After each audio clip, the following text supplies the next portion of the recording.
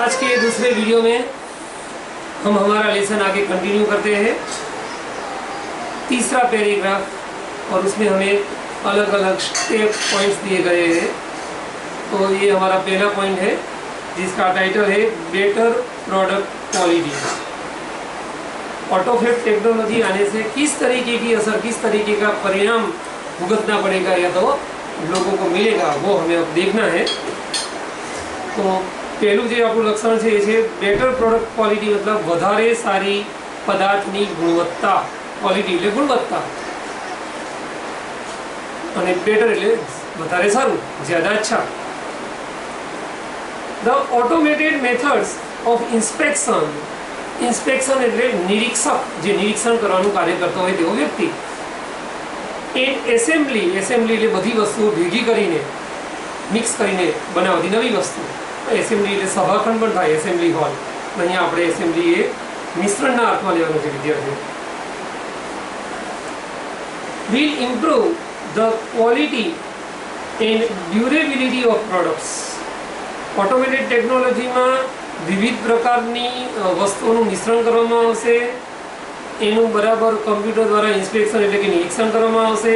તેનાથી કોઈ પણ વસ્તુની ક્વોલિટીમાં એટલે કે ગુણવત્તામાં સુધારો થશે અને એટલું જ નહીં કે ઉત્પાદનની ડ્યુરેબિલિટી એટલે ટકાઉપણું જેને કહેવાય એમાં પણ વધારો થશે।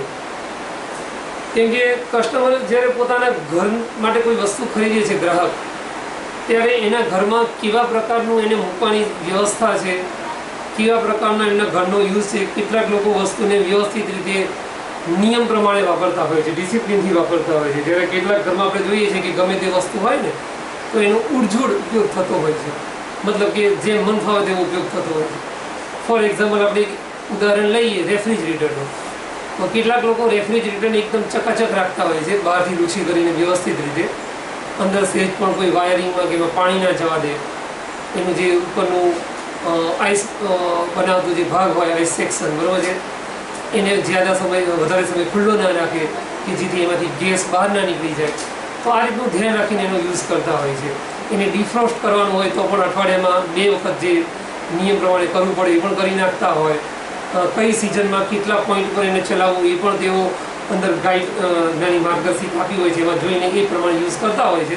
તો એવા ઘરોમાં તમે જોઈએ તો આપણે રેફ્રિજરેટર લગભગ કઈ સાલ તક એટલે કે બહુ વર્ષો સુધી ચાલતું હોય છે, પણ અમુક ઘરમાં એનો ઉપયોગ એટલો બધો રફ એન્ડ ટફ થતો હોય બરાબર કે ઘરમાં પાલતું કૂતરો હોય ને એને ફ્રીજ ખોલવાની છૂટ આપી દીધી હોય બરાબર, એને ટ્રેનિંગ આપી દીધી હોય કે ભાઈ બધા જમવા બેઠા તો તારી જાતે ફ્રીજ ખોલીને એમાંથી બાટલો લઈ આવો જોઈએ બરાબર। એટલે હવે એ કૂતરાના મોઢા પર અનેક પ્રકારના વિષાણુઓ અને જીવાણુઓ ચોંટેલા હોય અને એ વિષાણુઓ અને જીવાણુઓ બેક્ટેરિયા કે વાયરસો ફ્રીજના ઠંડા વાતાવરણમાં પ્રવેશે તો સ્વાભાવિક છે કે એની સિસ્ટમ ઉપર પણ અસર કરે છે।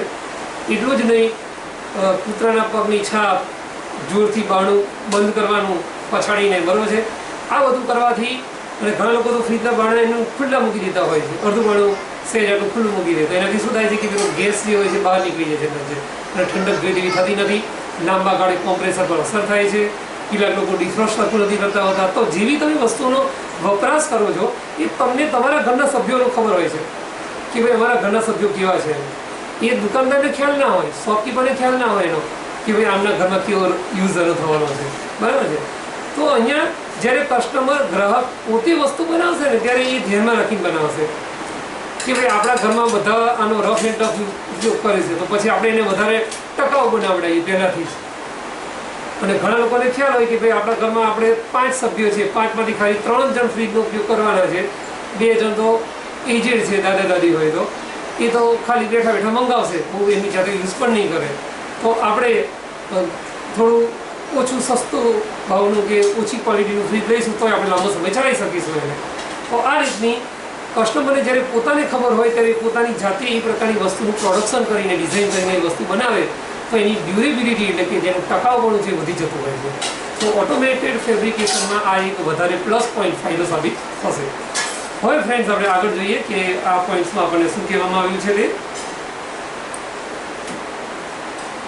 Okay, one effect is that બીજી એક અસર એ થશે કે કાર્સ, ગાડીઓ ટેલિવિઝન્સ એટલે કે ટીવીઓ, રેફ્રિજરેટર્સ એટલે કે ફ્રીજ, એટસેટ્રા એટલે વગેરે વગેરે will last much longer than. Friends, તમને ખ્યાલ હોય તો લાસ્ટ એટલે છેલ્લું, અંતિમ, એ તમે જાણો છો. તો અહીંયા લાસ્ટ શબ્દ જે છે એ ક્રિયાપદ એટલે કે વર્બ તરીકે વપરાયો છે, અને જ્યારે ક્રિયાપદ એટલે કે વર્બના અર્થમાં તે વપરાતું હોય ત્યારે લાસ્ટ શબ્દનો અર્થ થાય છે લાંબા સમય સુધી ચાલવું, ટકી રહેવું. તો કહ્યું છે કે ઓટોમેટેડ ફેબ્રિકેશનની એક અસર એ થશે કે આ બધી જે મોંઘી ચીજ વસ્તુઓ છે, ગાડી, ટીવી અને ફ્રીજ જેવી વગેરે, એ બધી હવે વધારે લાંબો સમય સુધી ચાલશે. બરાબર છે? Last longer than.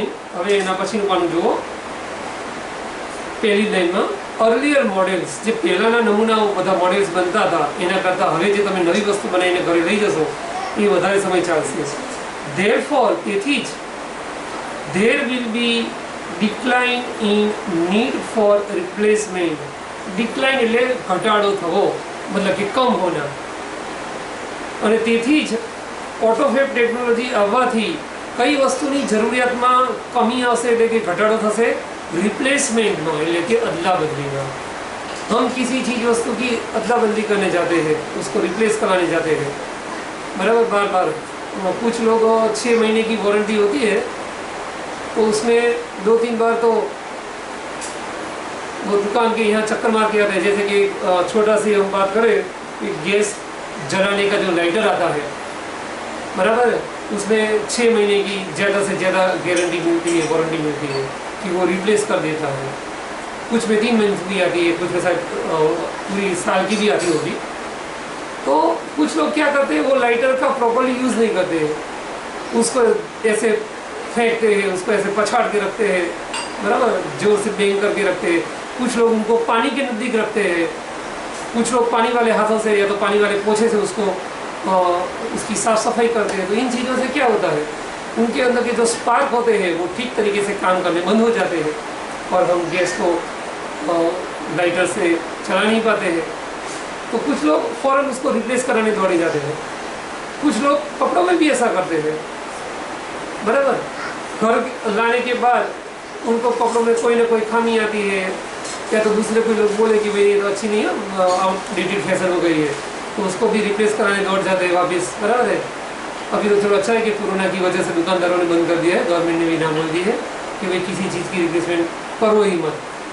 तो ऐसा ही होना चाहिए, तभी कस्टमर को पता चलेगा कि भाई रिप्लेसमेंट कराने की क्या आवश्यकता है. जो देखना है वो वहीं पे देख के, एक बार देख के ही ले जाओ घर पे, बराबर. बार बार क्या रिप्लेस कराने जाने का.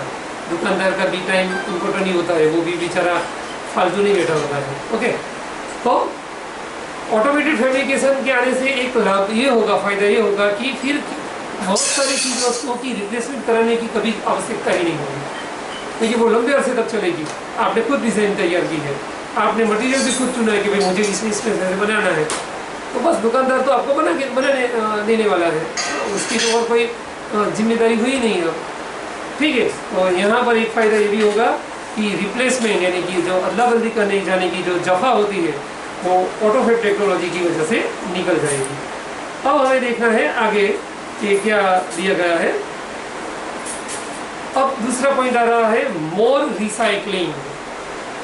रिसाइकलिंग मतलब किसी भी चीज़ वस्तु का फिर से इस्तेमाल करना, उसमें कुछ नया जोड़ के या तो उसका कुछ रिपेयरिंग कार्य करके, बराबर. तो रिसाइकलिंग प्रोसेस का फ़ायदा क्या होता है? Instead of buying the latest model of a car, हर बार आप कार का लेटेस्ट मॉडल खरीदने जाओ तो आपको जो पुरानी कार है उसकी तो दाम अच्छे मिलते ही नहीं है, लेकिन नई कार के जो ज़्यादा बढ़ चढ़ के जो भाव मार्केट में आए हुए हैं वो आपको पे करने पड़ते हैं.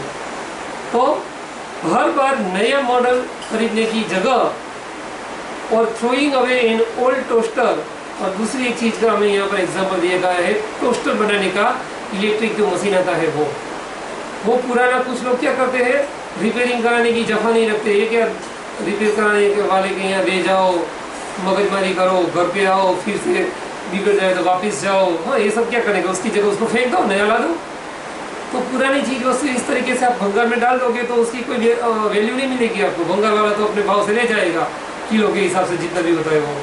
बराबर, वो आपको या आधे दाम या तो 25% ऐसा कोई देने वाला नहीं है।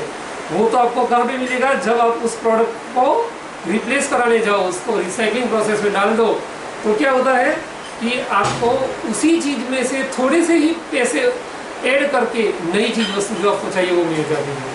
तो ऑटोफैब टेक्नोलॉजी की आने की वजह से एक फ़ायदा होगा कि पुरानी चीज़ वस्तुएं लोग फेंकना पसंद नहीं करेंगे, लेकिन उसमें से नई चीज़ वस्तुओं का रिसाइकल करना पसंद करेंगे। अच्छा, अब आगे देखते हैं। The customers will return their older models and get back new models fabricated from that old stuff. હવે ગ્રાહકોને શું થશે, તેમને તેમના જૂના પુરાણા મોડેલો નમૂનાઓ ફેંકી દેવાની જરૂર નહીં પડે, થ્રો અવે કરવાની જરૂર નહીં પડે, પણ એની જગ્યાએ તેઓ એના અંદર જે ઘન સ્વરૂપના પદાર્થો રહેલા છે જૂના પદાર્થની અંદર, એ બધા નમૂનાના ઘન સ્વરૂપના પદાર્થોનો ઉપયોગ કરશે, કમ્પ્યુટર દ્વારા પોતાની જાતે ડિઝાઇન તૈયાર કરશે અને જે ઓટોમેટેડ ફેબ્રિકેશનની જે મશીનરી છે એમાંથી આખો નવો પદાર્થ એમને મળી જશે। તો આ રીતે જૂના પદાર્થો વેસ્ટ પણ નહીં જાય અને નવા પદાર્થ માટે નવી કાચી સામગ્રીનો ઉપયોગ પણ નહીં કરવો પડે, અને એવા સમયે તમને એ વસ્તુ એક જે છે પદાર્થ એ બહુ સસ્તી કિંમતમાં, પોસાય તેવી કિંમતમાં, એફોર્ડેબલ પ્રાઇસમાં આપણને મળી જશે। ઓકે, તો એક આ પણ ફાયદો છે। હવે આગળ જોઈએ। There will be recycling of materials in new ways। અને ઓટોફેબ ટેકનોલોજી આવવાથી આ જે રિસાયકલિંગ પ્રોસેસ છે એ નવા ને નવા તરીકે, નવા ને નવી એની પદ્ધતિઓ માર્કેટમાં અમલમાં આવતી જશે, કેમ કે હજી તો આ ટેકનોલોજીની શરૂઆત થઈ છે। જેમ જેમ ઓટોફેબ ટેકનોલોજી ડેવલપ થશે તેમ તેમ તેની અતિ આધુનિક લેટેસ્ટ મશીનરી આવશે, અને પછી તો તમે ગમે તેવો જેને કહેવાય ને કે કચરા જેવો ફેંકી જેવો પદાર્થ હોય, ફેંકી દેવા જેવો, એમાંથી પણ તમે ઘન સ્વરૂપનો ઉપયોગ કરીને બીજો પદાર્થ બનાવી શકો છો, બરાબર। ઓકે, હવે આગળ શું કહ્યું છે જોઈએ આપણે આ જ મુદ્દાની અંદર।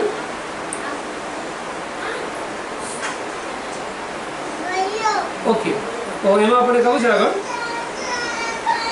they will be replaced, ના એક વાક્ય બાકી રહી ગયું।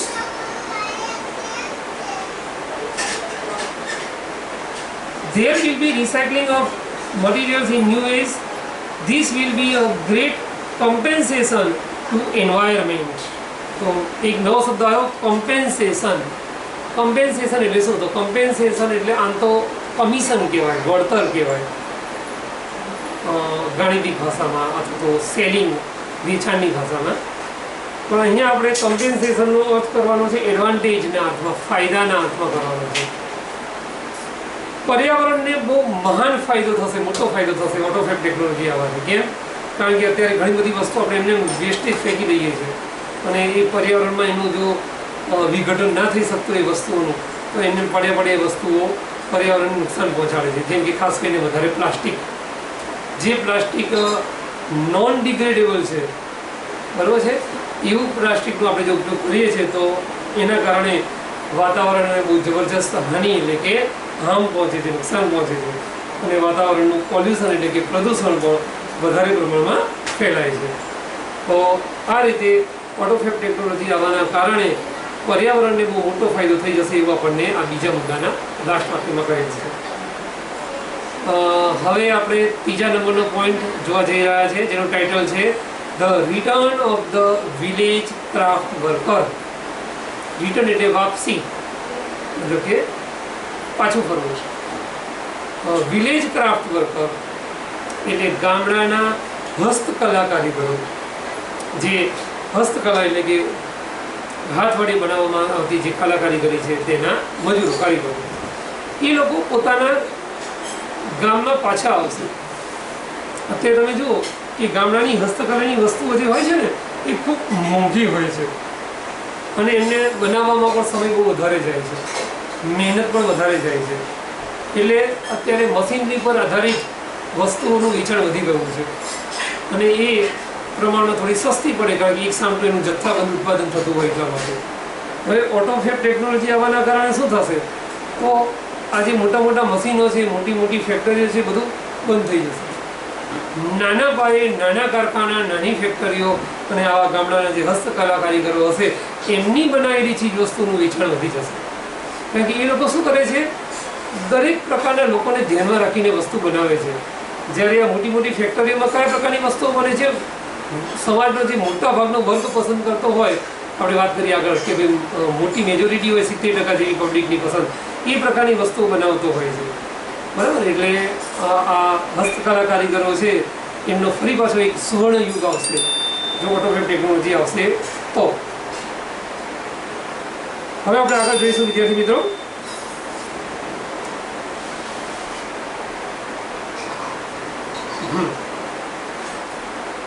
If mass production loses its economic advantages, huge centralized factories would disappear. હવે આજે એક વાક્ય આપણે વાંચ્યું એ શરતી વિધાન વાક્ય છે. ઇફ અને અનલેસથી જે વાક્ય શરૂ થતું હોય એને શરતી વિધાન વાક્ય કહેવાય. એટલે કે બીજા શબ્દોમાં એને આપણે કહી શકીએ કે એડવર્બ ક્લોઝ ઓફ કન્ડિશન એને કહેવાય, જેમાં શરત આપેલી હોય અને પાછળ એનું પરિણામ અસર આપી હોય. તો અહીંયા આપણે ધ્યાનથી જુઓ વિદ્યાર્થીઓ, તો વાક્યની શરૂઆતમાં ઇફ છે. હાર્ડ વર્ડ સૌથી પહેલાં જોઈ લઈએ. માસ પ્રોડક્શન. માસ પ્રોડક્શન એટલે જથ્થાબંધ ઉત્પાદન, સામૂહિક ઉત્પાદન. ઇકોનોમિક એટલે આર્થિક દ્રષ્ટિએ. સેન્ટ્રલાઇઝ એટલે જેનું કેન્દ્રીયકરણ થયું હોય અને કેન્દ્રમાંથી જેનું ઓપરેશન એટલે કે સંચાલન થતું હોય તેવું. તો શું કહ્યું છે આ વાક્યમાં જોઈએ આપણે કે જો સામૂહિક ઉત્પાદનને નુકસાન પહોંચશે, બરાબર છે, તો આર્થિક વ્યવસ્થા જે છે અત્યારની ઇકોનોમિક એડવાન્ટેજ છે, બરાબર છે, એ પણ નાશ પામશે. અને એ આર્થિક વ્યવસ્થા જો ઠપ થઈ જશે તો એના કારણે સૌથી પહેલાં શું થશે, મોટી મોટી જે ફેક્ટરીઓ છે એ ડિસઅપેર એટલે કે અદ્રશ્ય થઈ જશે. આપણે વાત કરીએ કે ઓટોમેટિક ટેકનોલોજી આવવાના કારણે મોટી ફેક્ટરીઓને બંધ થવાનો સમય આવશે અને એની જગ્યાએ નાના કારખાનાઓ અને એ બધું શરૂ થશે. ત્યાર પછી આપણને વાક્યમાં કહ્યું છે they will be replaced by smaller and community based facilities.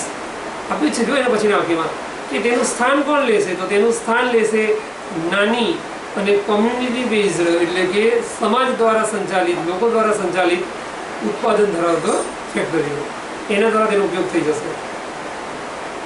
આગળ જુઓ. then the customer આપણે વચ્ચે એક વાક્ય રહ્યું. there will be a continuous decline in the amount of human efforts. બીજું શેમાં કમી આવશે, સતત ઘટાડો થશે, તો માનવીય પ્રયાસોમાં. અત્યારે કોઈ એક કારખાનામાં ભલે મશીનો હોય પણ એ સ્વયં સંચાલિત નથી હોતા, એટલે એને ઓપરેટ કરવા માટે માણસો મજૂરો રાખવા પડે છે. ઓટોમેટિક ટેકનોલોજી આવ્યા પછી શું થશે કે માણસોનું પ્રમાણ બહુ ઘટી જશે, ખૂબ જ ઘટી જશે. એક આખા યુનિટને ચલાવવા માટે, હેન્ડલ કરવા માટે માત્ર એક જ માણસની જરૂર પડશે કોઈ પણ એક ઔદ્યોગિક એકમને ચલાવવા માટે. એટલે બાકીના બધા કારીગરોને બેકાર કાં તો બેરોજગાર થઈ જશે અને એ લોકોને બીજો કોઈ ધંધો ફરજિયાત કરવાની એમને જવાબદારી ઊભી થશે. ઓકે, આગળ જોઈએ. then the customers may be served better by a local owner. પછી શું થશે કે ગ્રાહકોને ત્યાંના જે સ્થાનિક માલિક હોય એના દ્વારા વધારે સારી સગવડો પૂરી પાડવામાં આવશે. અત્યારે દુકાનદાર બધા ગ્રાહકોની સંતોષ જરૂરિયાતને પૂરી કરી શકતો નથી. હમણાં જ આપણે વાત કરી સામાન્ય કોઈ પણ વસ્તુની એની, બરાબર. ધારો કે આપણે એક વસ્તુ લઈએ કે ભાઈ આપણે માર્કેટની અંદર એક 2 વ્હીલર ખરીદવા ગયા છીએ, તો કેટલાક લોકોને 2 વ્હીલર માત્ર હરવા ફરવા માટે જોઈતું હોય છે, ડેલી વપરાશ નથી હોતો, બરાબર. ક્યારેક અઠવાડિયામાં કાં તો વીકેન્ડમાં બહાર જવું હોય તો એના માટે યુઝ કરતા હોય છે. ઘણા લોકો માત્ર પોતાની જોબ પ્લેસ સુધી લઈ જવા માટે 2 વ્હીલરનો ઉપયોગ કરતા હોય છે, બાકી ઘરે જઈને કાં તો વહેલી સવારનો ઉપયોગ કરતા નથી હોતા. તો આ લોકો જે ઓછો વપરાશ ધરાવનારા હોય એ લોકો શું કરે, એન્જિન એટલું બધું ભરખમ ના બનાવે, ઓછી ક્ષમતાવાળું બનાવે. કારણ કે એમને ખબર હોય કે ભાઈ આપણો વપરાશ બહુ ઓછો રહેવાનો છે, તો શા માટે આપણે વધારે પૈસા મશીનના એન્જિનિયરિંગને ખર્ચવા પડે. તો આ રીતે તે લોકો એમની મનપસંદ મશીન નાખશે તો એમને એ વ્હીકલ એમના પોતાના એફોર્ડેબલ પ્રાઇસમાં પડશે. જ્યારે બીજા કેટલાક લોકો એવું હશે કે એમને ખબર છે કે ભાઈ આપણે આપણા વ્હીકલ પાસેથી પૂરેપૂરો કસ કાઢી લેવાનો છે, એટલે એનો સંપૂર્ણ ઉપયોગ કરવાનો છે. તો એ લોકો શું કરશે, એ લોકો એટલું ટકાઉ જે વ્હીકલ છે એ બનાવશે, બરાબર છે. એની બોડી ટકાઉ બનાવશે, એનું એન્જિન પાવરફુલ બનાવશે, બરાબર છે. એમાં જે કંઈ પણ કચાશ ખૂટતી હશે એ બધું તેઓ જોઈ કરીને વ્યવસ્થિત રીતે બનાવશે. તો આ રીતે ઓટોમેટિક ટેકનોલોજી આવવાના કારણે એ પણ એક ફાયદો થશે. હવે આપણે આગળ જોઈએ થોડું. ઓકે, ત્યાર પછી જોવાનું છે આપણે These thus the factories will become decentralized and the naturally talented village craft workers will be back with a bang. નવો વર્ડ આવ્યો વિદ્યાર્થી મિત્રો, બે વર્ડ્સ. એક તો ડિસેન્ટ્રલાઇઝ એટલે વિકેન્દ્રીયકરણ કરવું, વિકેન્દ્રીયકરણ કરવું એટલે કે છૂટું પાડી દેવું, અને સેન્ટ્રલાઇઝ એટલે ભેગું કરવું બધું. અને બીજો એક વર્ડ આવ્યો with a bang. With a bang એટલે એકદમ ધડાકાભેર, સડનલી, બહુ જ અચાનક. તો આ લાસ્ટ સેન્ટેન્સમાં શું કહ્યું છે કે ઓટોમેટેડ ટેકનોલોજી આવવાના કારણે જે મોટી મોટી ફેક્ટરીઓ છે, ત્યાંના કારખાના છે, એ ધીમે ધીમે એનું વિકેન્દ્રીકરણ થઈ જશે, છૂટા પડી જશે, બરાબર છે. અને ત્યાર પછી કહું છે કે કુદરતી રીતે ટેલેન્ટેડ એટલે કે જેમાં આવડત હોય તેવા, પ્રતિભા હોય તેવા જે ગ્રામ કારીગરો છે એ લોકો શું કરશે, તો એ લોકો નેચરલી એટલે કે કુદરતી રીતે તેઓ અચાનક જ સફળતાપૂર્વક પોતાની ફિલ્ડમાં પાછા ફરશે, કારણ કે એમની ડિમાન્ડ વધી જશે માર્કેટની અંદર. તો આ એક અન્ય આપણે કારણ જેવું. હવે એના પછીના જે ફાયદા છે એ આપણે આના પછીના થર્ડ વિડીયો લેક્ચરમાં જોવા જઈ રહ્યા છીએ.